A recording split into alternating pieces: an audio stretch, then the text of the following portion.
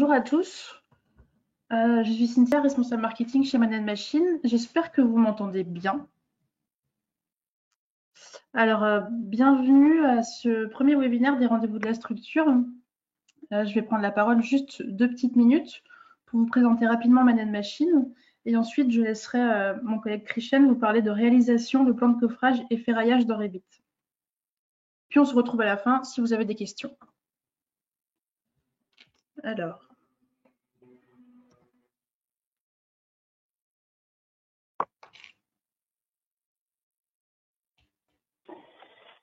Merci Cynthia, bonjour à tous. Je suis Christian Marcanda. Je vais prendre la suite de la présentation. Donc, moi, je suis ingénieur structure chez Man Machine. Ça fait depuis environ 1 an déjà. Avant ça, j'ai travaillé environ 8 ans en bureau d'études structure. Donc après, j'ai eu des débuts assez modestes. Dans les bureaux d'études, souvent, on commence un peu vraiment projeteur et on fait nos calculs un peu en même temps. Et donc voilà, c'est un peu comme ça que j'ai commencé. J'ai choisi ce thème parce que je pensais que c'était important de couvrir ce sujet-là. Je pense que d'une part, il y a un peu c'est un sujet qui est assez, disons, assez méconnu dans le milieu, du moins en bureau de structure. Et également, je pensais que c'était important de mettre un peu les choses à plat, c'est-à-dire sans parler trop, avec des mots trop, disons, que les bureaux d'études structure n'arrivent pas trop à comprendre des fois. Souvent, quand on parle de BIM, ce qui vient à l'esprit, souvent, j'ai l'impression, c'est de modéliser en 3D, sans savoir vraiment, en fait, on peut se dire que voilà, c'est très joli, tout ça, mais est-ce que c'est fonctionnel?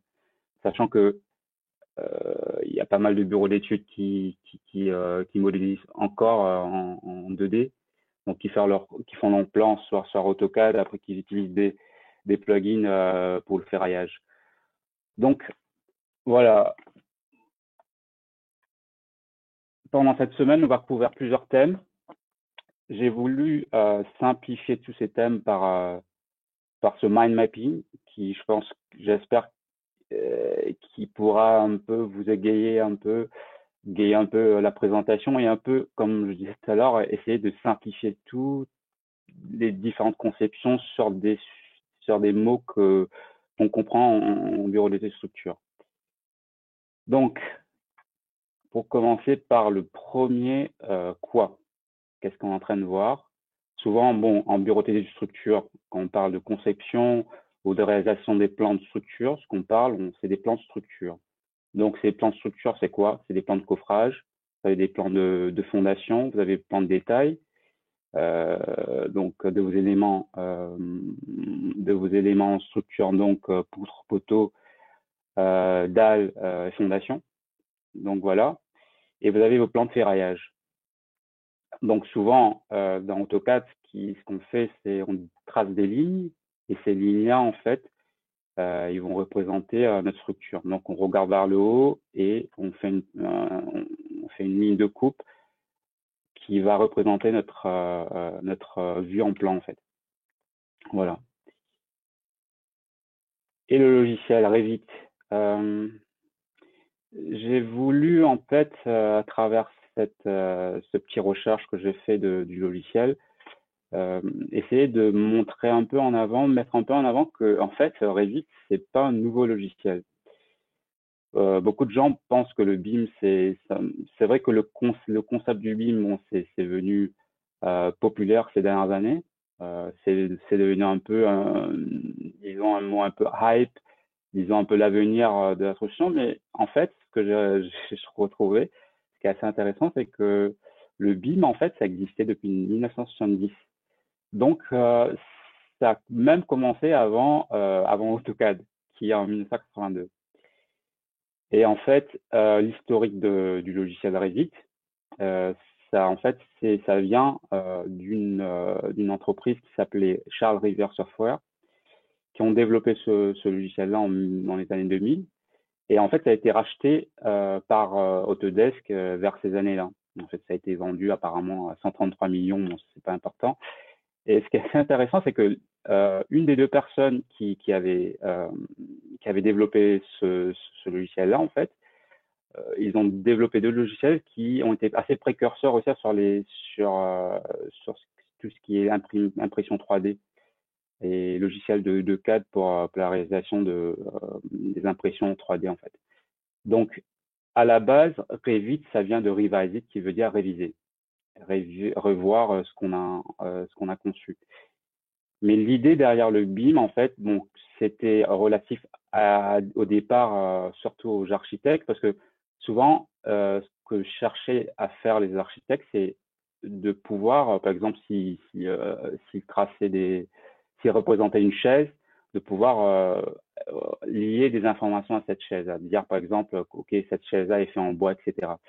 Donc cette conception en fait du BIM, c'était les premières versions, c'était relatif aux architectes. Après la partie, donc ce que j'ai entendu dire, c'est que la partie structure c'est venu plus tard.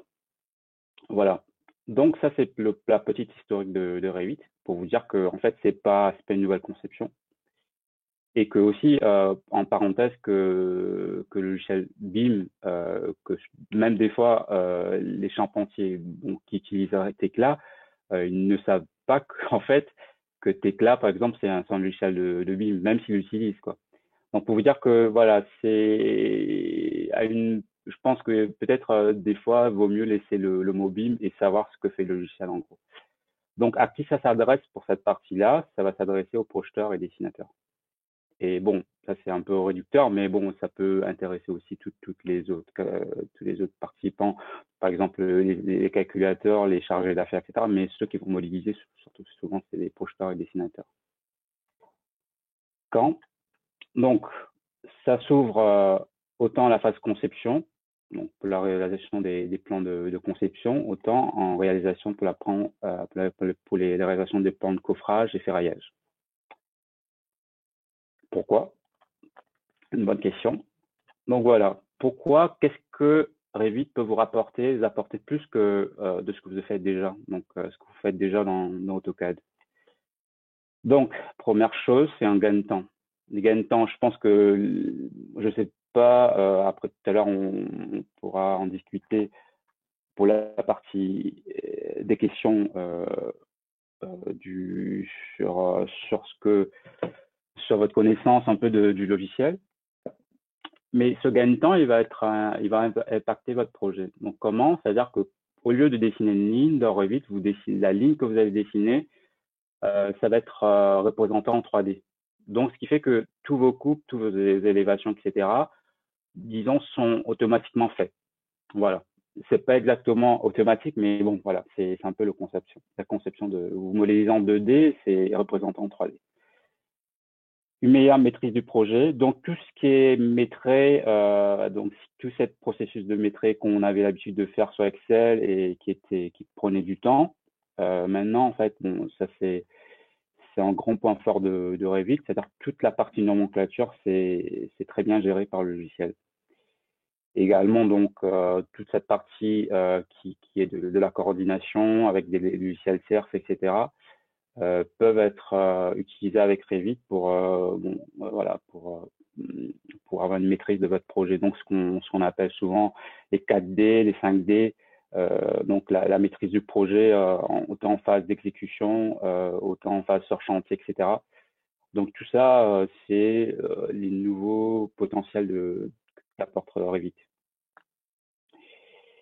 Également, une meilleure vision du projet. Ce que je trouve assez intéressant avec ces logiciels-là, c'est souvent dans les projets assez complexes. Quand je dis complexe, ça ne veut pas dire structure qui est très complexe en termes de forme, mais souvent dans les projets, qu'on a des interfaces, etc., avec soit des autres corps d'état, les réservations, tout ça, je trouve que on arrive à bien les voir ou visualiser en 3D. Et donc voilà, ça c'est une bonne chose et c'est une chose qui, disons, a ses inconvénients dans le sens où je sais que ceux qui modélisent sur AutoCAD, ils avaient cette conception du 3D dans leur tête. C'est-à-dire que bon, si on veut, un peu les vétérans de projeteurs, donc qui ont dans les cinquantaines, soixantaines d'années, et eux, avec les personnes que j'ai pu travailler du moins, ce qui m'impressionnait beaucoup, c'est qu'ils avaient une certaine conception technique qui était avancée. Donc, le fait de modéliser 2D en 2D pour eux, c'était pas une limitation. Donc, ils avaient tout le circuit 3D dans leur tête. Ils arrivaient à faire ce travail de visualisation. Maintenant, avec ces logiciels en 3D, ce qui risque de se passer, c'est que on risque de plus travailler disons, ce travail mental de visualiser en 3D.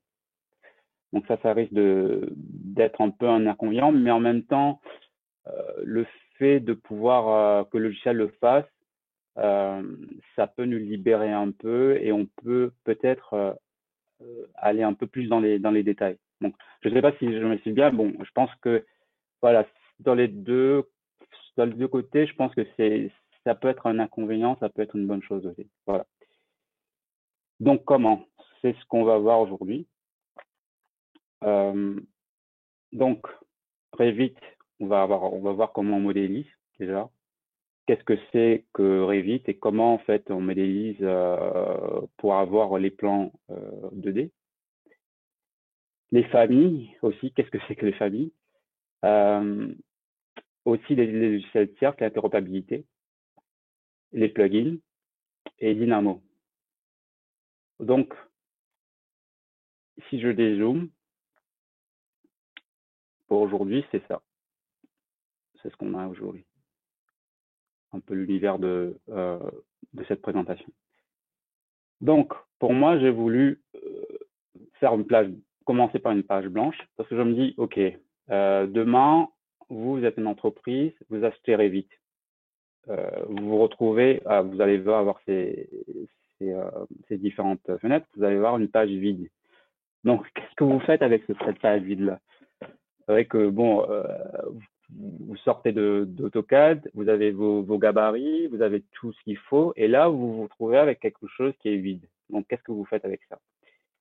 Donc, là, moi, j'ai créé un gabarit, mais ce que vous allez avoir dans Revit, c'est ces différents gabarits. Vous avez une gabarit de structure, une gabarit d'architecture. Qu'est-ce que ça veut dire, gabarit? Ça veut dire que Revit va mettre en place certains éléments qui vont être relatifs à vous en tant que bureau d'études. L'inconvénient avec ce truc-là, c'est que c'est relatif à pratiquement tous les pays, en fait. Donc, ce qui veut dire que quand vous achetez Revit, le travail de base, c'est-à-dire que il va vous falloir créer de vos familles, créer la façon que vous travaillez. Un peu, bon, comme si vous travaillez de zéro, vous commenciez à partir de zéro d'AutoCAD. Donc là, je commence un nouveau projet.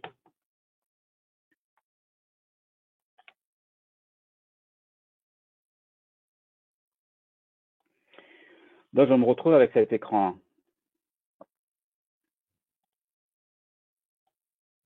OK. Je me retrouve avec cet écran-là. Donc voilà, ça c'est un écran de base quand vous achetez Revit. Donc ici, vous avez vos arborescences de projet. Donc arborescence de projet, c'est si vous voulez l'onglet où vous voyez un peu tous vos plans, tous les vues, etc. de votre projet. Et ici, ça c'est le tableau des propriétés. Donc ça vous guide un peu sur les propriétés de différents objets de Revit. Donc, ce qui va nous intéresser ici, c'est l'onglet structure. Comme je disais tout à l'heure, avant, de base, il n'y avait que cet onglet architecture. Maintenant, en fait, ça, c'est la partie structure. Cette partie-là qui va nous intéresser dans notre modélisation. Après, c'est vrai qu'il y aura peut-être des onglets, des fonctions qui vont vous intéresser ici, dans la structure, dans la gabarit architecture, par exemple, pour la toiture, l'escalier, etc., que vous n'aurez pas en structure. Donc, l'architecture, c'est bien de savoir qu'il y aura des choses qui vont me servir également. Donc, vous avez le gabarit structure, vous avez l'onglet structure. Dans l'onglet structure, là, vous avez vos éléments porteurs. qu'on va utiliser, les fondations, l'armature, les composants in situ, les ouvertures et le quadrillage. Donc, bonne méthode de travail, comme on faisait déjà chez AutoCAD, c'est de dessiner nos quadrillages. Donc ça change pas. La seule chose qui change, c'est, bon, ça va aller un peu plus vite, dans le sens où, par exemple, ici, si je fais glisser, vous voyez, où vous avez vos chiffres qui sont numérotés de façon automatique. Ça, c'est le côté paramétrique. Ce qu'ils appellent paramétrique. Et aussi paramétrique, ce que ça veut dire, c'est donc la conception BIM, c'est quand vous cliquez ici, vous allez voir que vous allez pouvoir avoir des informations ici. Donc là, par exemple, si je clique ici, je mets A. Par exemple, ici, je vais glisser avec CTRL.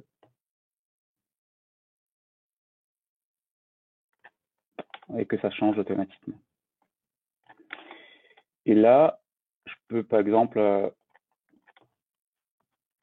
glisser le mettre 5. Est-ce que ça va se mettre en place automatiquement? Et si je décoche ici, ça va se mettre en place ici. Si je décoche ici, ça va bouger dans l'autre sens. Voilà. Donc, ça, c'est le quadrillage. Deuxième chose, donc pour vous montrer un peu comment faire, plus ou moins. Donc, quand je clique sur un mur, par exemple, je vais avoir ce tableau ici, ce tableau de propriété.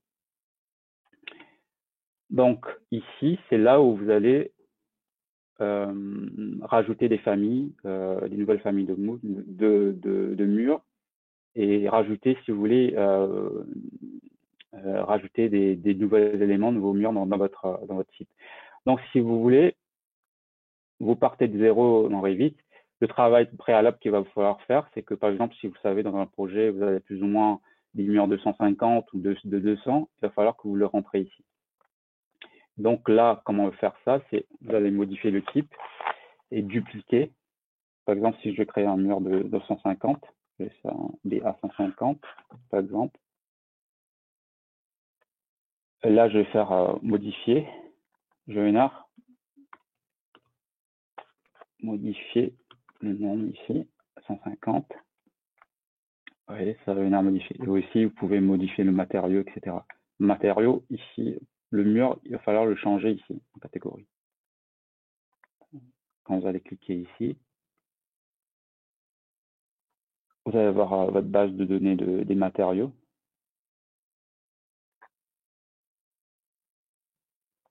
Et là, vous allez pouvoir choisir, par exemple, maçonnerie, votre mur, matériau de votre mur. Et là, donc, vous avez d'autres propriétés que vous pouvez modifier. Donc là, une fois que vous sélectionnez ici, là, ce que vous voyez également, c'est les décalages. Donc, quand vous placez ce mur-là, il vous indique qu'il y a un décalage. Lui, il a mis un décalage de moins 0,3. Donc, ça, je mets 0. Également, ici, moi, ce que j'aime bien faire, c'est enlever profondeur et mettre hauteur. Et là, j'ai la hauteur. Par exemple, contrainte supérieure, je peux mettre niveau 1 ou niveau 2. Là, si je suis déjà sur le niveau 1, je vais mettre niveau 2. Là, contrainte inférieure, je vais mettre fondation, par exemple, ou niveau 1, niveau 2. Là, je me suis niveau 2, là, je suis sur le niveau 2, je vais mettre niveau 2, voilà. Et quand je vais tracer ce mur-là,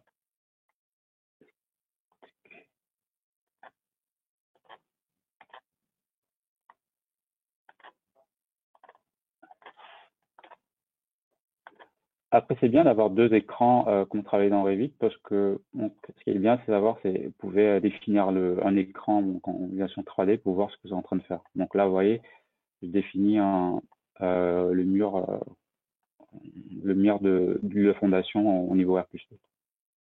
Donc là, voilà, vous avez différents outils de visualisation aussi, de qualité de sortie d'affichage que vous pouvez régler. Ici, ça c'est différents détails, niveau de détail. Voilà. Donc, vous avez votre mur.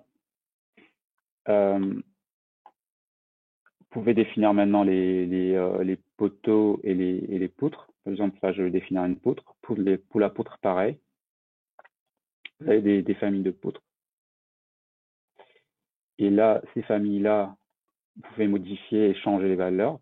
Donc, dans un projet, par exemple, c'est bien d'avoir un fichier qu'on appelle le fichier gabarit. Donc, comme je disais tout à l'heure, vous allez voir les différentes familles de murs, toutes vos familles de poutres, de poteaux que vous allez garder dans un fichier que vous appelez gabarit. Ce gabarit-là, vous allez l'étoffer au fur et à mesure et pour avoir, si vous voulez, au final, un fichier qui est assez étoffé pour que vous ayez tout ce qu'il faut pour modéliser. Donc ici, pour les poutres, bon, si je fais 300 par 600, il va me demander une faute de référence. Donc si je mets R+2 par exemple, si je mets un poteau ici, une poutre ici et ici, ça va me tracer. Pour le poteau, c'est pareil.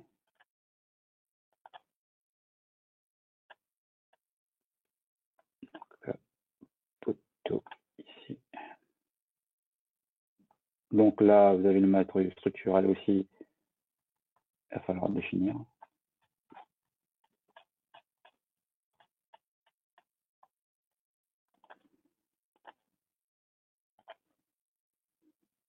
Voilà, si on revoit là en 3D, ici, vous mettez ça, fondation.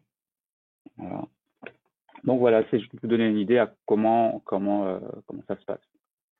Donc là, ça se fait en 3D, vous voyez à quoi ça ressemble. Donc vous avez ça.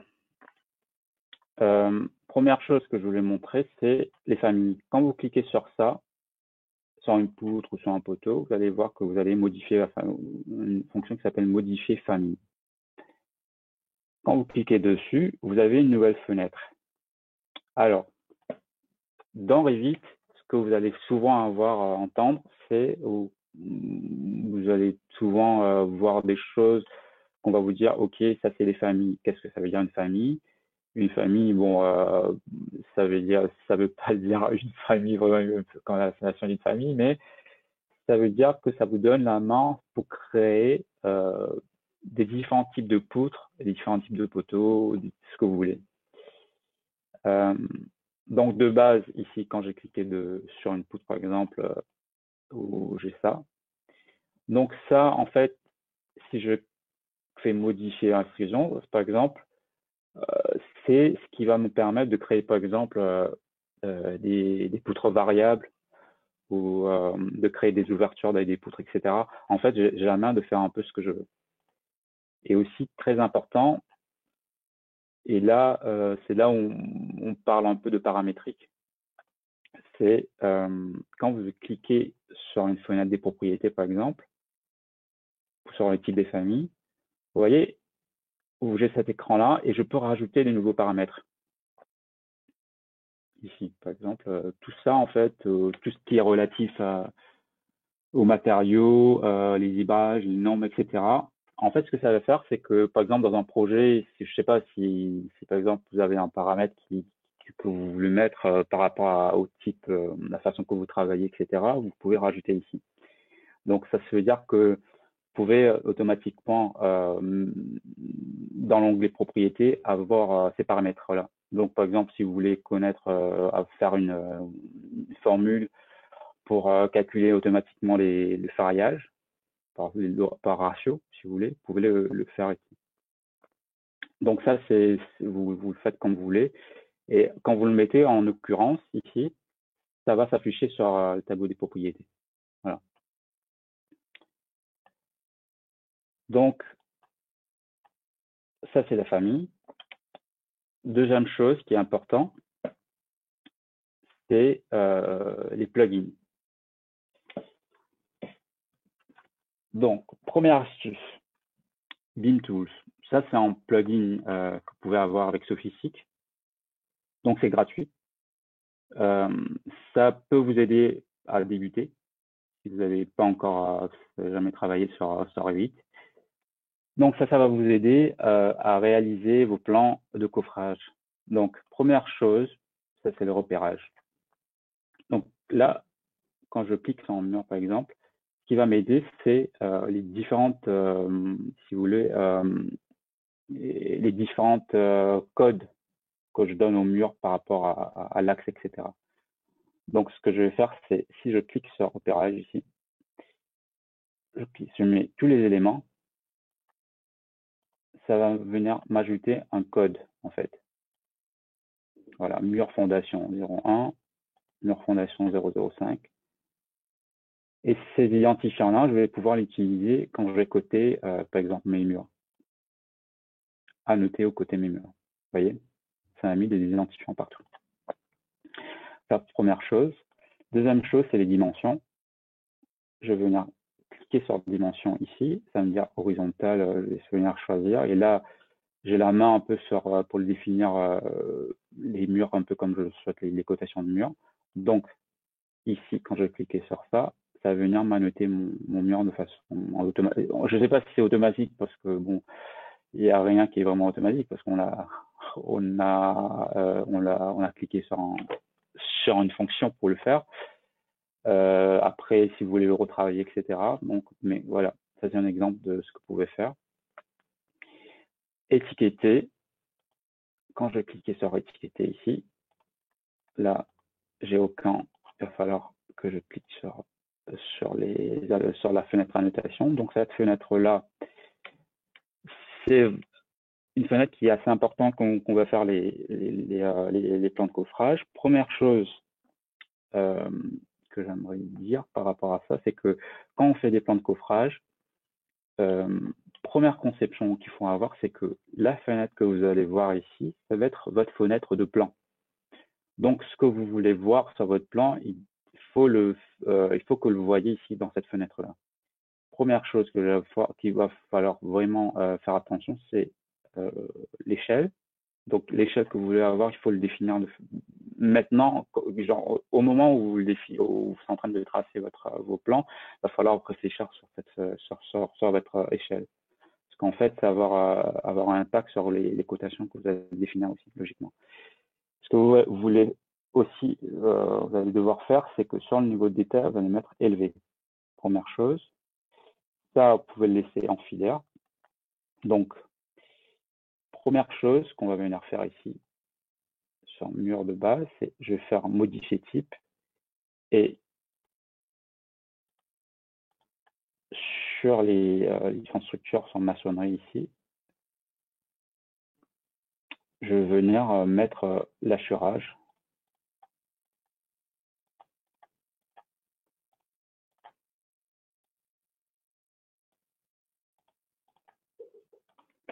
Voilà. C'est comme ça que vous faites pour avoir l'assurage poché de vos murs.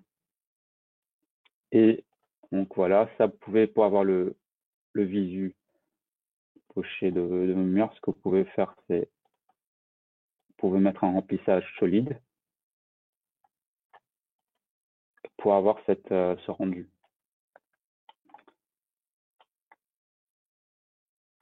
Deuxième chose, une fois que vous avez le rendu qui est validé, que vous allez faire, c'est que vous allez venir à étiqueter, rechercher des familles d'étiquetage. Donc, si je clique sur un mur, par exemple, là, il va me dire que j'ai aucune étiquette.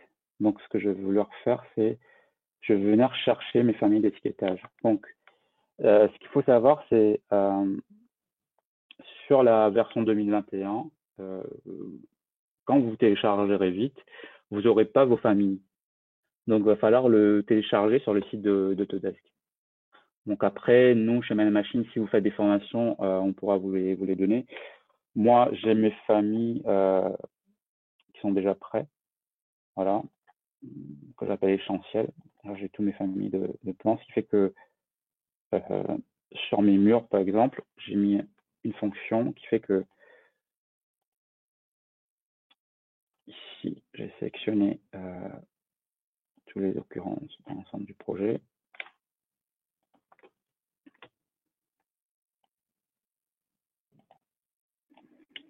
Donc moi, j'ai mis en commentaire le numéro 1. En fait, j'ai lié un numéro au mur. Donc, ce qui fait que mon mur maintenant, en fait, il a l'identifiant V1. Donc, cet identifiant-là, vous pouvez définir une fonction comme vous voulez ou sur Excel et exporter sur Revit. Donc, là, on est sur la partie étiquetage. Donc, si je reviens sur Bin Tools, je vais étiqueter mes murs. Donc là, si je vais sur mes murs, par exemple, il me propose ça. Donc là, je mets standard, poteau, étiquette de poteau porteur. Voilà, vous voyez qu'il a reconnu en fait mes autres étiquettes que j'avais dans mon dossier. Donc, si je fais ça et que il étiquette automatiquement mes éléments. Après, ici, ça, je peux le modifier. Par exemple, moi, si je vais sur mes familles d'étiquetage, cette famille-là, vous pouvez le changer. Et là, c'est la liste de ce que vous pouvez mettre dans dans vos étiquetages. Moi, comme j'ai fait, en fait, celui-là, je l'ai créé moi-même. Mais, par exemple, si je vais sur ici à noter, si je vais sur annotation, voilà, étiqueter poutre. Je fais modifier la famille. Je peux, par exemple, mettre au lieu qui est le nom ici, mettre soit un identifiant. Si je mets un identifiant ici,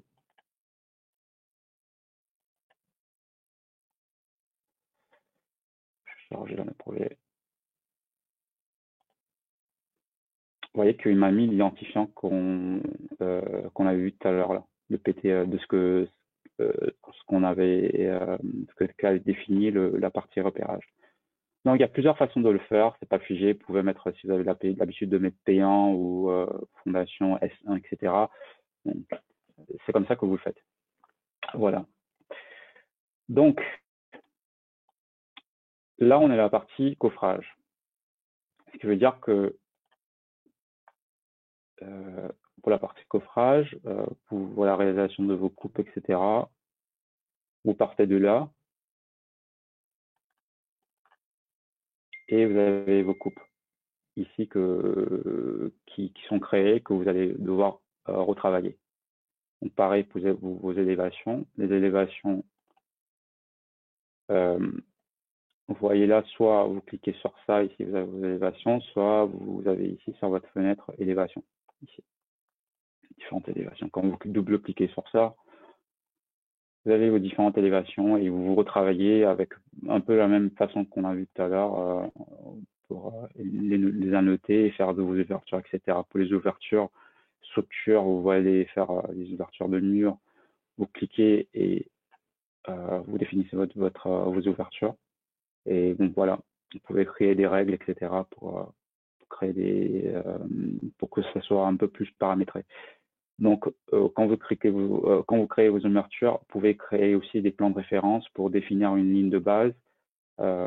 Donc, les lignes de référence, un peu des lignes de travail, donc qui vont vous aider, que vous n'allez pas voir sur vos plans, mais qui va vous aider pour définir des conditions. Par exemple, quand vous cliquez sur ça, ici, vous pouvez bloquer cette ligne-là, en fait, et sur cette base-là, dessiner votre ouverture. Donc, ça, c'est une petite astuce. Donc, voilà. Vous avez votre plan, ici. OK.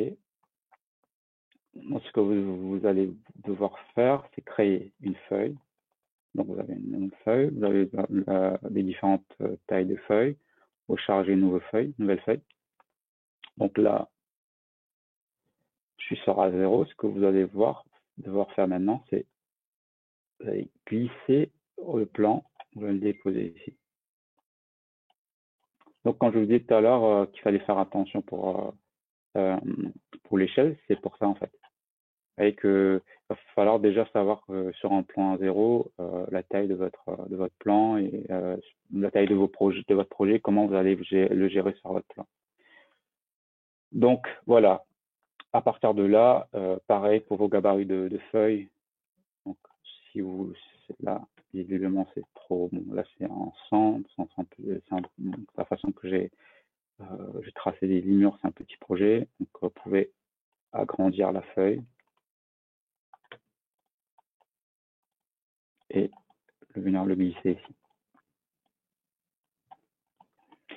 Et logiquement, bon, tout ça, en fait, ils vont se devenir de plus en plus petits. Donc voilà, c'est juste pour vous donner une idée de en fait, comment ça marche. Cliquez en dehors, ici, et là, en fait, vous avez votre plan, si vous voulez, votre cartouche. Donc ces éléments-là ici, propriétaire, nom du plan, etc. Donc, il va falloir les définir ici, dans les paramètres de vos projets, les paramètres, si vous voulez, les informations de votre projet, excusez-moi. Donc là, vous allez régler les différents noms de l'organisation, le type de projet, etc. Donc ça, c'est ici que vous le faites. Et votre type de cartouche,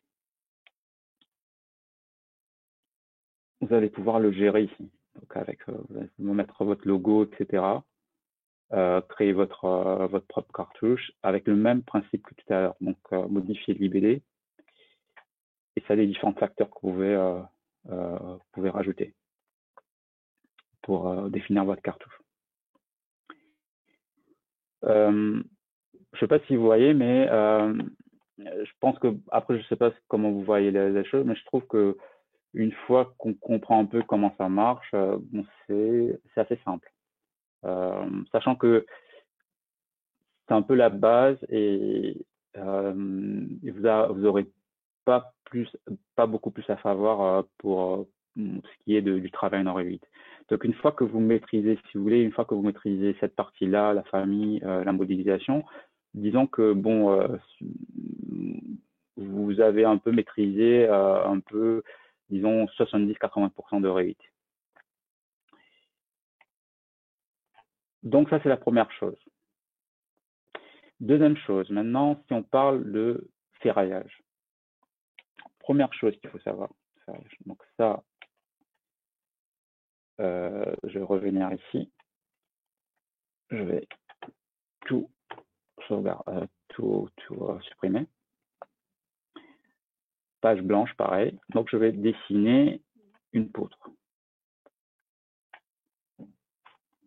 Donc là, je vais dessiner sur niveau 2. Ça me dit qu'il n'arrive pas à le voir. On va voir déjà s'il a modélisé. Sur quel niveau il a modélisé. Sur le niveau 1. Donc, on va aller sur le niveau 1. Voilà. Donc, on a notre poutre. OK. Donc, cette poutre-là, on veut le ferrailler. Première chose que vous allez faire, donc celui-là, je sors dans toutes ces fenêtres-là. Ici, c'est je crée une feuille. Donc là, tout à l'heure, j'avais déjà créé une feuille. C'était plan de structure ici, là. Ce que je vais faire, c'est double-cliquer sur cette feuille-là. Je vais venir glisser la poutre ici. Je vais mettre une petite échelle.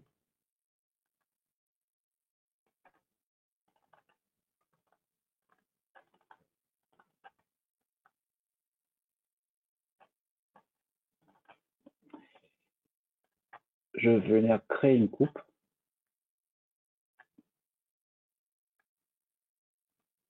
La coupe.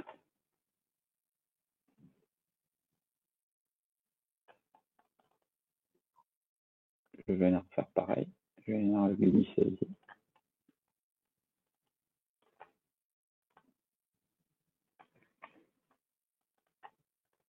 Voilà. Donc là, j'ai ma poutre avec ma coupe. Je peux venir le carrer ici. Je veux ferrailler cette poutre-là. OK. comment je fais? Donc, première chose. Donc là, je vais aller dans vue. Je vais vous montrer un peu comment je le fais de mon côté pour ce genre de ferrailler un élément. Donc, vous avez votre fenêtre en 3D ici.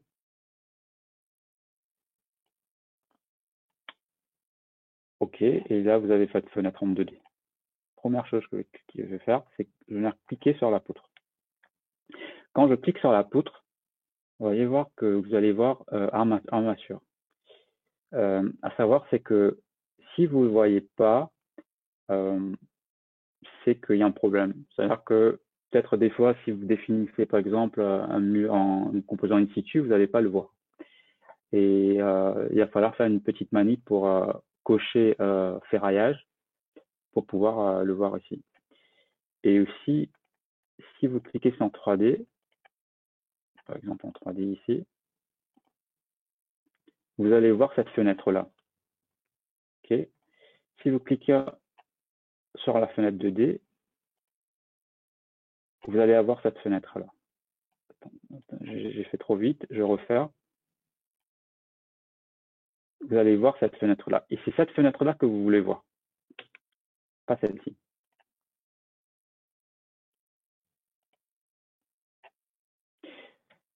Celle-ci, vous allez l'utiliser par exemple pour des éléments un peu complexes. Par exemple, si vous avez des fondations à forme géométrique assez particulière, vous allez peut-être utiliser celui-là.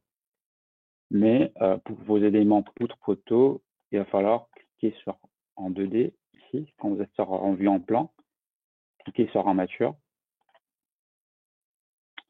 et vous allez faire. Vous allez voir ça. Et vous allez avoir ces formes d'armature. C'est des familles, Revit de type armature que vous pouvez rajouter vos propres formes d'armature également. Donc là, vous faites charge de forme et vous pouvez rajouter des nouvelles formes. Donc, vous avez cette fenêtre-là. OK. Donc, première chose, c'est vous faites de gauche à droite. Donc, vous sélectionnez la référence. Donc, il y a 3 options. C'est quand vous rapprochez votre souris, vous allez voir que si vous n'êtes pas dans le bon plan, il va vous mettre un truc comme vous disant que vous pouvez pas placer l'élément. Donc, si vous faites, par exemple, si je clique sur ici, coffrage, et je clique sur l'élément. Donc là, si sur élément distant, vous allez voir qu'il va me faire un peu donner la main sur l'armature. Donc là, j'ai mes formes d'armature. Sur cette vue-là, ce que je vais devoir faire, je vais venir agrandir un peu cette fenêtre-là.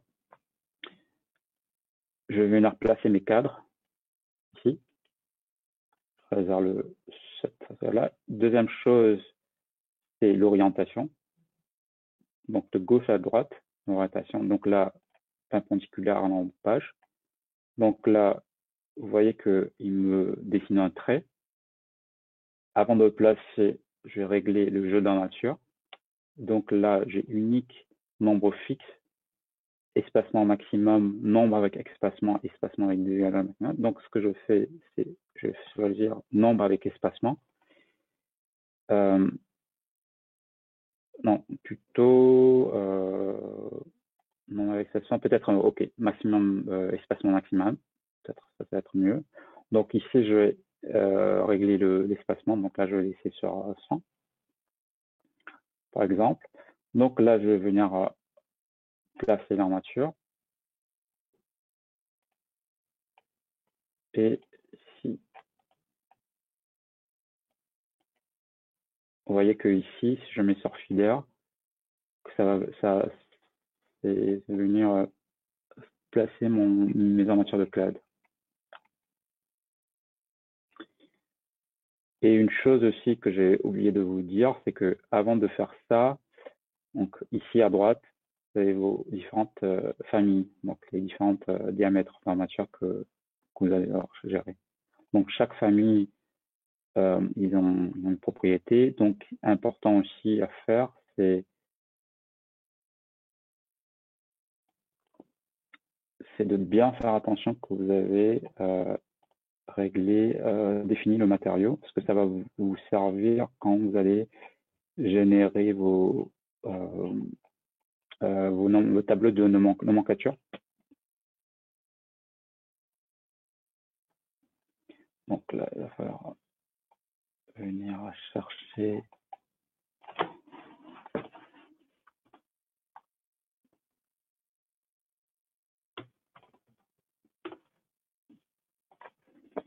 voilà. Donc là, j'ai défini le matériau. Autre chose, ça va être, je cherche le poids. Donc, il ne me donne pas l'option poids pour le moment. OK. Peut-être ça va venir tout à l'heure. OK. Donc là, j'ai mes cadres. Deuxième chose, donc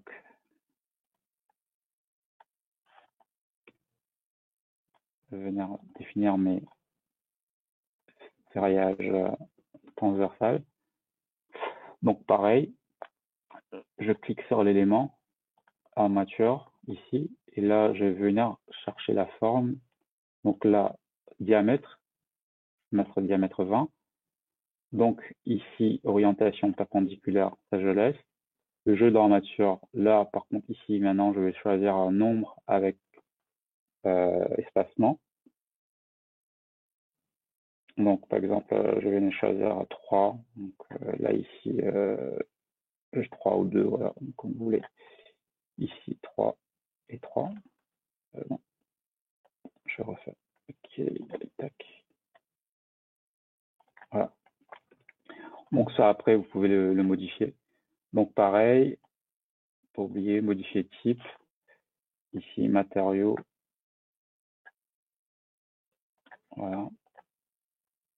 Ok, appliquer, ok. Donc là, vous avez votre coupe d'armature. Donc là, on revient sur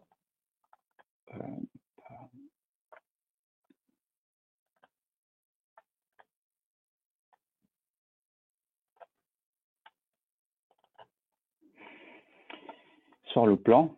Donc vous avez ça, vous avez votre armature. Ça, cette fonction-là, c'est dans Revit. Ce que vous voulez faire maintenant, c'est annoter ces armatures. Donc, ici, vous allez venir sur Sophistique Armature. Première chose que vous allez faire, c'est vous allez venir ouvrir votre dossier de définition. Donc là, il va venir chercher la famille française. Donc là, ici, on est dans le plugin Armature. Je vais vous expliquer ce que c'est. Donc là, c'est en train de charger.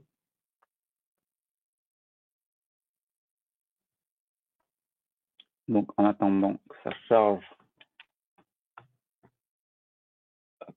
je vais vous montrer le plugin.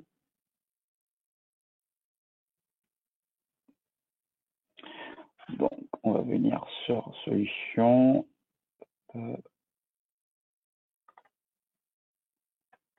Si vous voulez avoir plus d'informations sur le plugin. Donc là, on a les informations qui peuvent vous permettre d'avoir un peu toutes les différentes fonctionnalités du plugin. Donc voilà.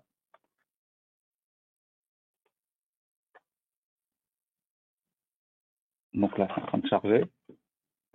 Si vous voulez, ce que ça fait, c'est en train de charger les familles, les différentes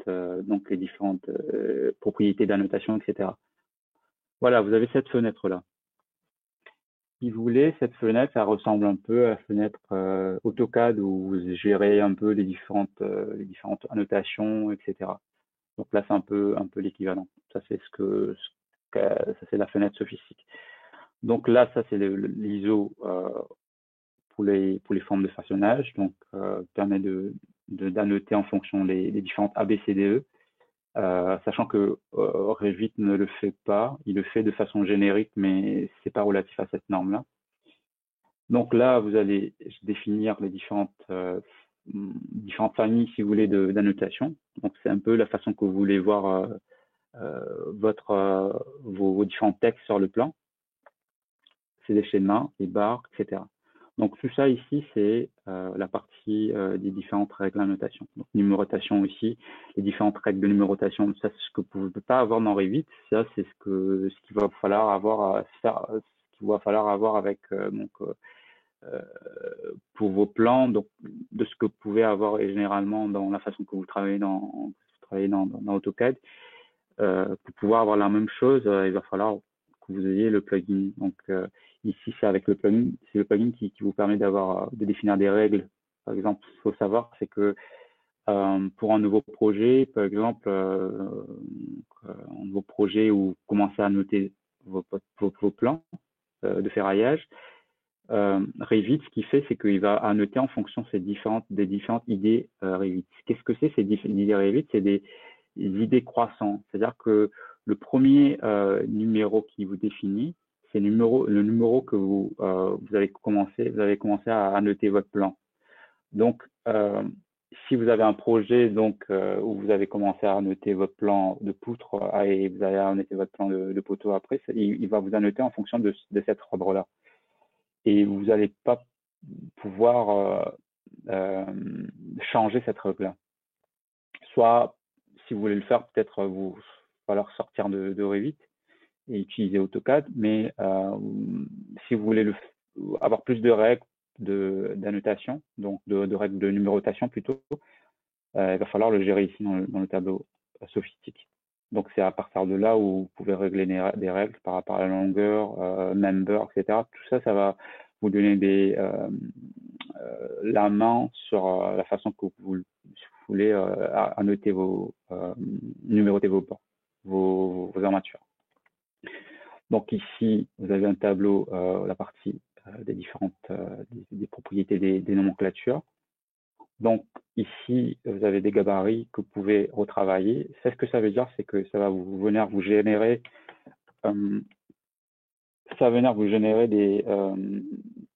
des différentes fichiers de nomenclature, donc en format Word. Donc OK. Première chose à faire, c'est vous venez ici dans Sophistique Armature. Donc ça, c'est l'onglet Armature. Ça, c'est tous les outils un peu les outils métiers que vous n'allez pas avoir dans Revit, ici, vous voyez. Vous allez avoir qu'uniquement tout étiqueté et annoté. Et donc, ici, vous allez avoir tous ces différentes, disons, outils qui vont vous permettre d'annoter vos plans. Donc, ce que vous voulez faire, première partie, c'est assigner armature à ce plan-là. Donc, vous venez cliquer sur assigner. Une fois que vous faites assigner, numéroter, donc vous allez venir numéroter votre plan. Donc ça aussi, ce qu'il faut savoir, c'est que ça va vous permettre, par exemple, de changer la numérotation ou de figer la numérotation en cas de révision. Donc si vous voulez garder les mêmes numéros de barres pour les prochaines révisions, vous pouvez le faire ici et de gérer à travers cette fenêtre-là. OK. Donc là, vous faites annoter tout. Et ça va venir annoter votre coupe. Pareil, si je fais ici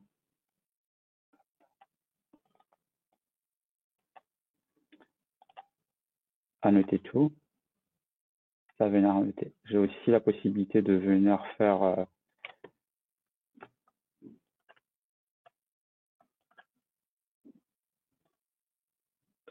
masquer plus annoter. Donc là, avec le visuel qu'il me faut ici. Ici aussi, ce que je peux faire, c'est cliquer sur visibilité non cachée pour avoir un meilleur rendu. par exemple, ici.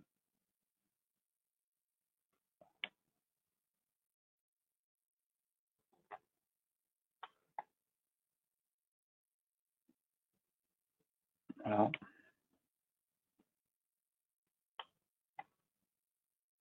Voilà, j'ai un rendu un peu plus esthétique ou bon, si vous préférez que ça reste sur filaire, je pouvais laisser comme ça. Voilà, là, vous avez à noter votre plan, vos différentes armatures. Une chose que faut faire attention maintenant, ce que je disais tout à l'heure, c'est que euh, pour mon tableau de nomenclature, il va falloir que je règle le, le poids de mes armatures. Donc là, pour l'armature, ce que je vais faire, c'est que je vais venir cliquer ici, cliquer armature. Il va me demander de sauvegarder. Donc je vais venir sauvegarder.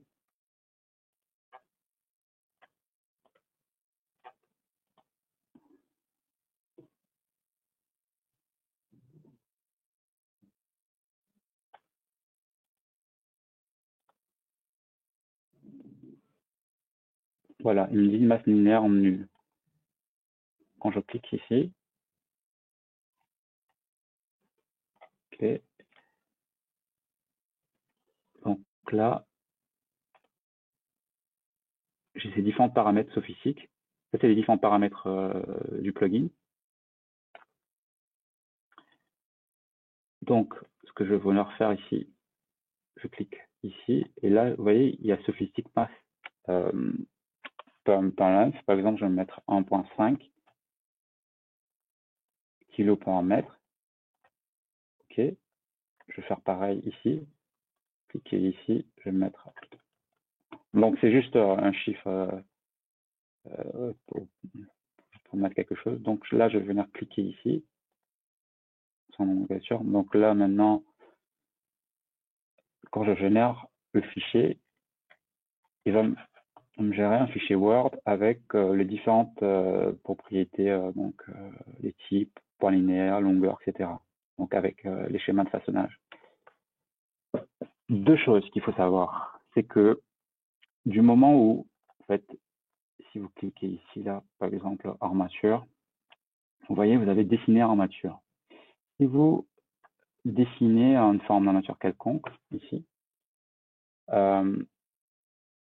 Revit ne va pas vous générer votre image de façonnage parce qu'en fait, si vous regardez ici, quand vous cliquez sur un armature, il y a si j'arrive à le retrouver ici, il y a un PNG, voilà, chez.png. Qu'est-ce que c'est? En fait, c'est un fichier image d'image de forme. Et en fait, si vous dessinez une nouvelle forme, il ne va pas trouver cette image-là. Et donc, ce que font les bureaux d'études des fois, c'est que ils font une capture et soit ils tracent le truc sur Photoshop. Après, ils l'exportent ici. Par contre, Sophistic le fait automatiquement. Donc, si vous avez le plugin, vous pouvez le faire de façon automatique. Donc, voilà, ça c'est la partie armature. Donc, aussi les les autres propriétés que vous avez, par exemple, pour découper, si vous cliquez sur découper, par exemple, cet outil-là va vous permettre, par exemple, de redéfinir l'espacement. Par exemple, là, je vais me mettre, si je vais me mettre à 150, vous voyez, ça m'a modifié l'espacement. Donc, voilà, ça, c'est des petits outils de travail, de métier qui vont vous servir quand vous allez définir vos armatures. Donc, voilà, vous voyez que au final, le travail, bon, ça reste, c'est pas quelque chose qui est trop bon, qui est trop quelque chose qui sort de ce que vous connaissez déjà, plus ou moins. Donc, si vous utilisez déjà des plugins pour le ferrage en AutoCAD, vous voyez qu'au final, c'est quelque chose que vous arriverez à plus ou moins à maîtriser avec le temps. Donc, au final, ces armatures-là, bon, que vous avez en 3D, voilà. Donc, voilà, ça n'a rien vraiment d'exceptionnel, mais bon, c'est pas vraiment quelque chose de uniquement d'esthétique. C'est un outil de travail que vous pouvez utiliser, qui peut vous aider si vous voulez à gagner un peu en temps de modélisation et de sortir vos plans, le plan de ferraillage. Donc voilà, ça c'est la partie des parties ferraillage. Troisième partie que je voulais vous montrer, c'est la partie dynamo. Donc on ne va pas rentrer trop dans ce détail-là, mais à savoir, juste pour vous dire ce que c'est. Dynamo, si vous voulez, je pense que je sais pas, mais je pense pas que AutoCAD est la même chose. Mais avec Dynamo ici, c'est lié au fichier Revit que vous avez. Et en fait, ça va vous permettre de définir des automatisations. Certaines automatisations, par exemple, liées à la sortie de vos plans. Donc, ce que vous allez pouvoir faire avec ça, c'est par exemple automatiser certains processus. Par exemple, s'il y a une modification, que ça remette à jour automatiquement vos plans. Et, un peu aussi, si vous voulez, automatiser les sorties de vos plans. Donc, sortir un plan, par exemple, du R+1, qui a une certaine information précise, une certaine zone, etc. Vous allez pouvoir le faire ici. Voilà. Ou sinon, après, il y a d'autres méthodes. Par exemple, il y a des plugins. Ici, vous pouvez définir des plugins où il y a des plugins que vous pouvez acheter, etc. Et également, vous avez des plugins qui sont gratuits. Par exemple, Beam One, c'est un plugin qui est gratuit, qui va vous permettre, par exemple, de sortir des nomenclatures. Ces nomenclatures-là, en fait, ça va vous permettre d'exporter ces informations, des informations de nomenclature en format Excel, en fait. Par exemple, ici, bon, là, j'ai pas mis de nomenclature. Par exemple, si vous avez défini nomenclature en matière de béton, ici, donc là, je mets tout ici. Voilà, si je clique sur Beam One ici, il va nous montrer nomenclature ici, dans nature. Donc là,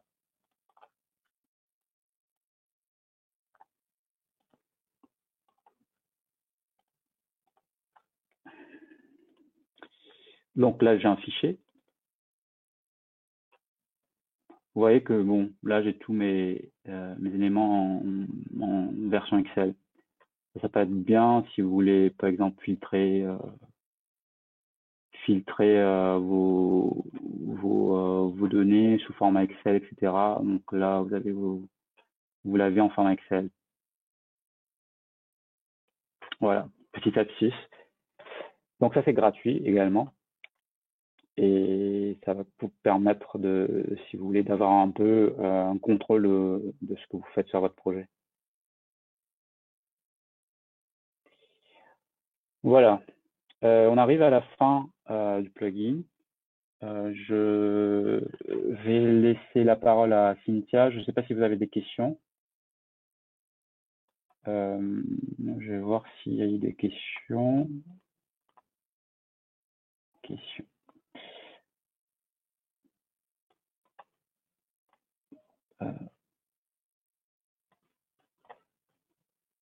Donc. Christiane, je vais reprendre la main. Ok. Merci beaucoup. Si vous avez des questions, vous pouvez les poser dans le. Il doit y avoir une petite case pour poser des questions. Je vais juste prendre une petite minute pour vous présenter rapidement Manen Machine. Et alors, attends, juste un instant. Voilà, donc juste rapidement, Manen Machine, c'est un groupe européen qui a été créé en 1984 et qui est aujourd'hui le premier partenaire Autodesk en Europe. On peut vous accompagner dans tous vos projets CAO et BIM.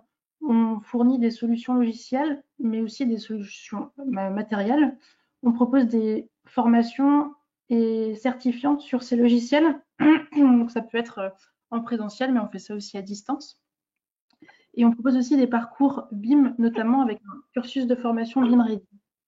Et enfin, des audits, des conseils et donc des accompagnements dans tous vos projets. Donc n'hésitez pas à nous suivre sur les réseaux sociaux ou à nous contacter sur notre site internet mananmachine.fr.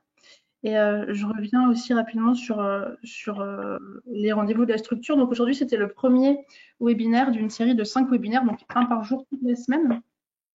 On vous a parlé de réalisation de plans de coffrage et de ferraillage. Si vous êtes intéressé par un des autres sujets, vous pouvez vous inscrire directement sur notre site internet ou aussi il y a les liens sur les réseaux sociaux. Voilà, donc je vais juste regarder s'il y a des questions.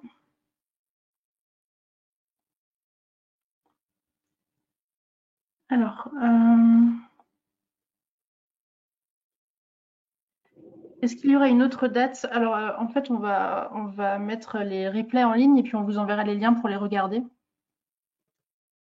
Bonjour, pouvons-nous exporter des ferraillages de poutres via des logiciels de calcul type robot, Gretec, etc. et réajuster le ferraillage sur Revit? Christiane, tu reprends la main? Ouais. Attends.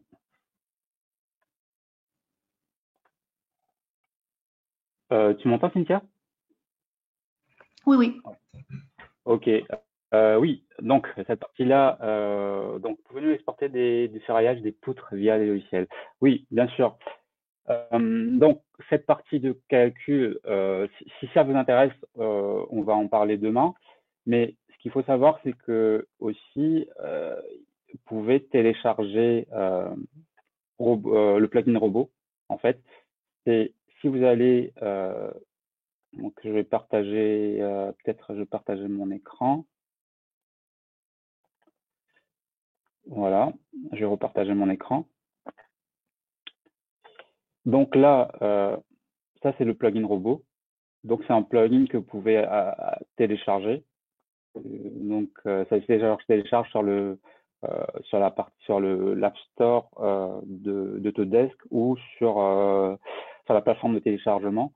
Et ici en fait, vous pouvez soit importer ouais, voilà, importer votre ferraillage de robot. Donc comme on faisait sur AutoCAD, c'est-à-dire moi j'avais l'habitude, si je me rappelle, de télécharger, de sauvegarder mes ferraillages, mes plans de ferraillage en DXF. Ici, en fait, ce que ça va venir vous rajouter, ça va venir générer le ferraillage ici. Mais il faut savoir, c'est que moi, je l'ai testé, ça marche, disons, pas 100%. Nous, on a un plugin qui marche un peu mieux, si on veut. C'est-à-dire que sur l'information de calcul, vous allez pouvoir générer votre ferraillage. Voilà, vous avez un onglet créer. Donc, ça va venir créer des armatures à propos, disons, qui marchent un peu mieux de ce que vous pouvez avoir avec un robot. Mais si vous utilisez robot, vous voulez rester sur robot, c'est possible. Voilà. Ok. Ok, il y a des autres questions, Christiane. Faut-il Ouais. nécessairement définir le shapecode avant de placer l'armature? Est-il possible de définir une forme et de reconnaître son shapecode a posteriori? En effet, cela est souvent nécessaire lorsque les formes deviennent complexes. Exemple, projet nucléaire.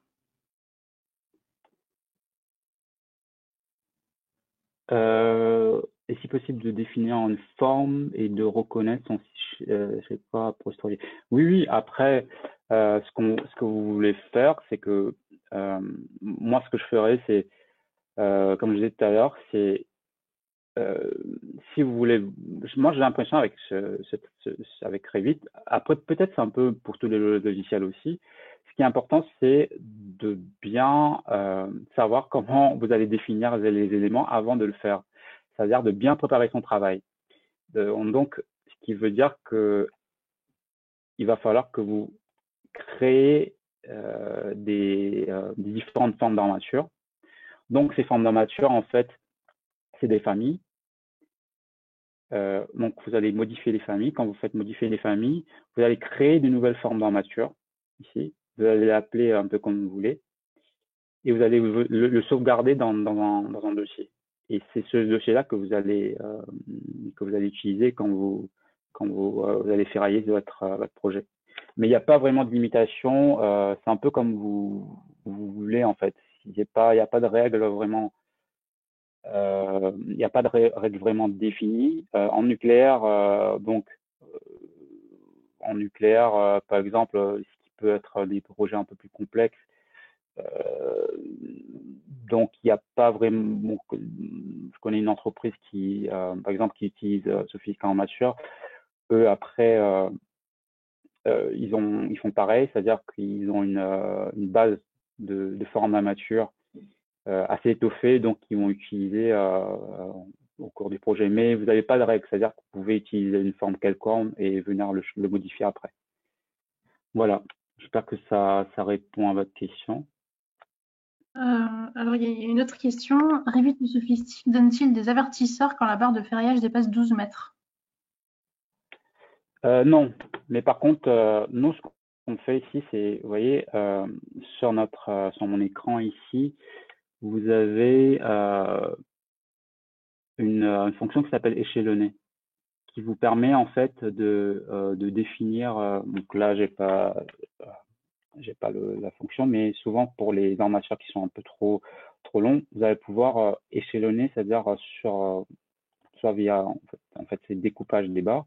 Par exemple, si je clique sur ça ici, vous voyez, j'ai 12 mètres. Ici, c'est comme ça en fait que bon, il va venir découper les barres qui font plus de 12 mètres. Donc vous avez la fonction barre entière, barre demi, barre entière, enfin voilà, vous avez ces options. Donc c'est comme ça qu'on peut le faire. Sinon, en fait, il va falloir, bon, si vous n'avez pas le plugin, par exemple, vous pouvez faire un filtrage avec votre table de nomenclature, ou sinon, en fait, ce que vous pouvez faire, c'est sur si je fais VV par exemple, je peux créer des filtres. Par exemple, je peux créer un nouveau filtre modifié, et ces filtres-là, en fait, je peux créer des règles. Donc, c'est des règles qui peuvent être relatives au ferraillage ou à n'importe quelle chose, quels éléments. Et je peux créer à partir de ces règles-là des règles visuelles. C'est-à-dire que je peux mettre des filtres, par exemple en couleur, etc., pour voir visuellement les armatures qui font plus de 12 mètres. Ou sinon, ce que je peux faire, c'est, comme j'ai mis tout à l'heure, exporter vers Excel et filtrer par faire des différentes les différentes identifiants de ces différentes barres, les barres qu'il faudra couper. Il y a différentes façons en fait de le faire. Voilà. Donc, Et du coup, une dernière question. Alors, y a-t-il des outils type acier à déplier, manchon, filetage, etc.? tu peux répéter la question, j'ai pas trop compris. Pas encore. Y a-t-il des outils type acier à déplier, manchon, filetage, etc.? Tu peux les voir dans. Déplier, filetage, des outils type acier à déplier.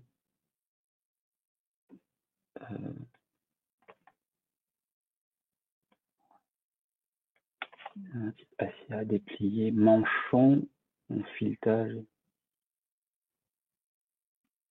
Manchon, filetage. Ça, je sais pas. Je peux pas dire. Ça, je vais chercher. Peut-être, ouais, je peux vous envoyer un mail euh, pour voir un peu si ça existe ou pas. Voilà. On reviendra vers vous du coup pour cette question-là. Et une toute dernière Ouais. question. Peut-on travailler le ferraillage sur une maquette liée pour ne pas alourdir la maquette coffrage? Oui, oui, bien sûr. On peut travailler sur un sous-modèle ou donc voilà, ça, ce truc-là, on peut créer des sous-modèles et disons séparer ce modèle avec donc si vous avez un modèle global, travailler sur un modèle qui est un peu plus gérable. Voilà, vous pouvez le faire également. Ok, bah, je crois que c'est tout pour les questions. Merci beaucoup d'avoir participé et du coup, n'hésitez pas à Euh, nous poser Excuse-moi, Cynthia, j'ai vu d'autres questions au départ, formation niveau zéro et donnez-nous des exemples de projets réels. Formation niveau zéro, je suppose que c'est une formation débutant. Ça, on fait chez Man Machine. Donc, il y a pas de problème par rapport à ça. Cynthia pourra vous envoyer des infos sur les formations. Ou sinon, sur notre site Man Machine, vous pouvez avoir les différentes plaquettes de formation en fonction des différents niveaux.